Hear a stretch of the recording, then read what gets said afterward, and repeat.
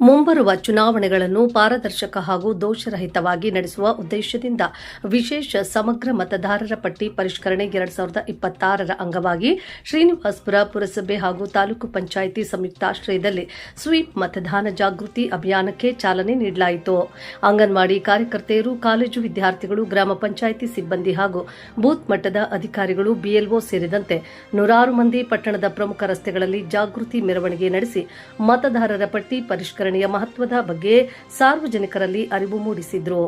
ಈ ವೇಳೆ ಮಾತನಾಡಿದ ತಾಲೂಕು ಪಂಚಾಯಿತಿ ಕಾರ್ಯನಿರ್ವಹಣಾಧಿಕಾರಿ ಸರ್ವೇಶ್ ಗೌಡ, ಮತದಾರರ ಪಟ್ಟಿಯನ್ನು ನಿಖರ ಹಾಗೂ ದೋಷರಹಿತವಾಗಿಸುವುದು ಈ ಅಭಿಯಾನದ ಪ್ರಮುಖ ಉದ್ದೇಶವಾಗಿದೆ. 18 ವರ್ಷ ಪೂರ್ಣಗೊಂಡ ಪ್ರತಿಯೊಬ್ಬ ಅರ್ಹ ಯುವಕ ಯುವತಿಯ ಹೆಸರು ಮತದಾರರ ಪಟ್ಟಿಯಲ್ಲಿ ಸೇರ್ಪಡೆಯಾಗಬೇಕು. ಅನರ್ಹ ಹಾಗೂ ನಕಲಿ ಹೆಸರುಗಳನ್ನು ತೆಗೆದುಹಾಕುವ ಮೂಲಕ ಪರಿಶುದ್ಧ ಮತದಾರರ ಪಟ್ಟಿಯನ್ನು ಸಿದ್ಧಪಡಿಸಲಾಗುತ್ತಿದೆ ಎಂದು ತಿಳಿಸಿದರು. ಶ್ರೀನಿವಾಸಪುರ ಮತ್ತು ತಾಲೂಕು ಪಂಚಾಯಿತಿ ಶ್ರೀನಿವಾಸಪುರ ಅವರ ಸಂಯುಕ್ತಾಶ್ರಯದಲ್ಲಿ ಇವತ್ತು ನಾವು FIR 2026 ವಿಶೇಷ ಸಮಗ್ರ ಪರಿಷ್ಕರಣೆ ಮತದಾರರ ಪಟ್ಟಿಯ ಒಂದು ಸ್ವೀಪ್ ಕಾರ್ಯಕ್ರಮವನ್ನು ಇವತ್ತು ಇಲ್ಲಿ ಹಮ್ಮಿಕೊಂಡಿದ್ದೇವೆ.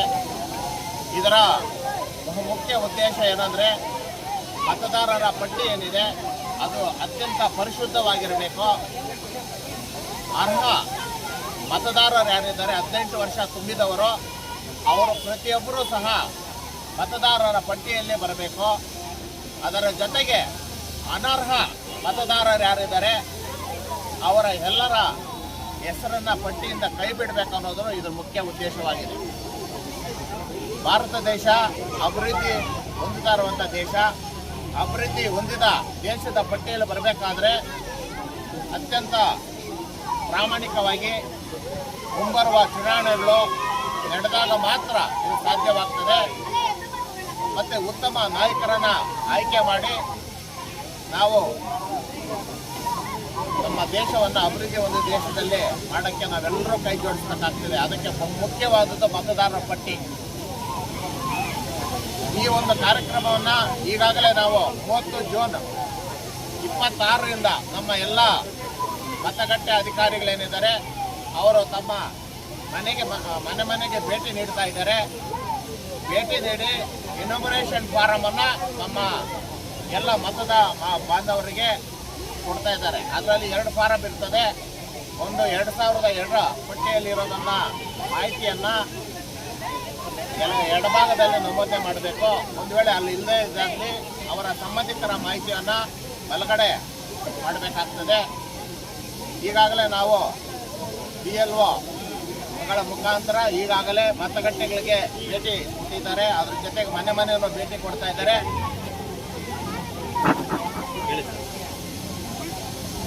ಜೂನ್ 30ರಿಂದ 29 ಜುಲೈ 26ರವರೆಗೆ ಎಲ್ಲ ಮತಗಟ್ಟೆ ಅಧಿಕಾರಿಗಳು ನಮ್ಮ ಮನೆಗೆ ಭೇಟಿ ನೀಡಿ ಇನಾಗ್ಯುರೇಷನ್ ಫಾರಂ ಕೊಡ್ತಾ ಇದ್ದಾರೆ. ನಾವೆಲ್ಲರೂ ಸಹ ಅದನ್ನು ಗುರುತಿಸಿ BLOಗಳಿಗೆ ಒಂದು ಫಾರಂ ಕೊಟ್ಟು ಒಂದು ಫಾರಂ ಅಕ್ನಾಲಜ್ಮೆಂಟ್ ನಮ್ಮ ಕಡೆ ಇಟ್ಕೋಬೇಕು. ಯಾರೇ ಅರ್ಹ ಮತದಾರರಿದ್ದರೆ ಅಂದರೆ 18 ವರ್ಷ ತುಂಬಿದವರು ಅರ್ಹತಾ ದಿನಾಂಕ 1ನೇ ಅಕ್ಟೋಬರ್ 26 ಇರ್ತದೆ. ಅಲ್ಲಿನ ಒಳಗಡೆ 18 ವರ್ಷ ಯಾರು ತುಂಬಿರ್ತಾರೆ ಅವರು ಎಲ್ಲರೂ ಸಹ ಮತದಾರರ ಪಟ್ಟಿಯಲ್ಲಿ ಸೇರ್ಪಡೆ ಆಗಬೇಕು. ಮತ್ತೆ ಅನರ್ಹರು ಯಾರಿದ್ದಾರೆ ಅವರೆಲ್ಲರೂ ಸಹ ಈ ಒಂದು ಮತದಾರರ ಪಟ್ಟಿಯಿಂದ ಕೈ ಬಿಡೋಕ್ಕೆ ನಾವೆಲ್ಲರೂ ಸಹಕಾರವನ್ನು ಕೊಡಬೇಕು ಅಂತೇಳಿ ಈ ಮೂಲಕ ಮನವಿ ಮಾಡ್ಕೊಳ್ತಾ ಇದ್ದೀವಿ. ಇವತ್ತು FIR 2026 ಆ ಸಂಬಂಧ ನಾವು ಪ್ರತಿಯೊಂದು ಮತಗಟ್ಟೆಯಲ್ಲೂ ಸಹ ವೋಟರ್ ಪ್ರೆಸಿಡೆಂಟ್ ಸೆಂಟರ್ ಮಾಡಿದ್ದೀವಿ. ನಮ್ಗೆ ಯಾವುದೇ ಡೌಟ್ ಬಂದರೆ ನಾವು ಅಲ್ಲಿ ಹೋಗಿ BLO ಇರ್ತಾರೆ, ಅಲ್ಲಿ ನಾವು ಅದರ ಬಗ್ಗೆ ಮಾಹಿತಿಯನ್ನು ಪಡ್ಕೋಬಹುದು. ಅದರ ಜೊತೆಗೆ ರಿಜಿಸ್ಟ್ರೇಷನ್ ಮಾಡೋಕ್ಕೆ ಈಗಾಗಲೇ BLOಗೆ ಟ್ರೈನಿಂಗ್ ಕೊಟ್ಟಿದ್ದೀವಿ. ಅದರ ಜೊತೆಗೆ ಎಲ್ಲ ಪಂಚಾಯಿತಿಗಳು ಏನು BLO ಪ್ರೆಸಿಡೆಂಟ್ ಸೆಂಟರ್ಸನ್ನು 25 ಸೆಂಟರ್ಸನ್ನು ನಮ್ಮ ತಾಲೂಕಿನಲ್ಲಿ ನಾವು ಮಾಡಿದ್ದೀವಿ. ಅದರಿಂದ ನಮಗೆ ಯಾವುದೇ ಒಂದು ಸಂಶಯ ಬಂದಲ್ಲಿ ಅಥವಾ ಯಾವುದೇ ಒಂದು ಮಾಹಿತಿ ಬೇಕಾದಲ್ಲಿ ಈ ಒಂದು ವೋಟರ್ ಪೆನ್ಷನ್ ಸೆಂಟರ್ ಮತ್ತು BLO ರಿಜಿಸ್ಟ್ರೇಷನ್ ಸೆಂಟರ್ ಮಾಹಿತಿಯನ್ನು ಪಡ್ಕೋಬಹುದು ನಾವು. ಅದರ ಜೊತೆಗೆ ಇಲ್ಲಿ ಏನು ವಿದ್ಯಾರ್ಥಿಗಳು ಸೇರಿದ್ರೆ ತಾವು ತಮ್ಮ ತಂದೆ ತಾಯಿ ಮತ್ತೆ ಸಾರ್ವಜನಿಕರಿಗೆ ಮಾಹಿತಿಯನ್ನು ಕೊಡಬೇಕು. ಶುದ್ಧ ಮತದಾರ ಪಟ್ಟಿಯನ್ನ ನಾವು ತಯಾರು ಮಾಡ್ತಾ ಇದ್ದಾರೆ, ಅದಕ್ಕೆ ಎಲ್ಲರೂ ಸಹಕಾರ ಕೊಡಬೇಕಂತೇಳಿ ನಾವು ಸಹ ನಮ್ಮ ಪೋಷಕರಿಗೆ ಮಾಹಿತಿಯನ್ನು ನೀಡಬೇಕಂತೇಳಿ ಮನವಿ ಮಾಡ್ತಾ ಇದ್ದೀನಿ. ಈ ಒಂದು ಕಾರ್ಯಕ್ರಮಕ್ಕೆ ಪ್ರತಿಯೊಬ್ಬ ನಾಗರಿಕರು ಸಹ ಸಹಕಾರ ಕೊಡಬೇಕು.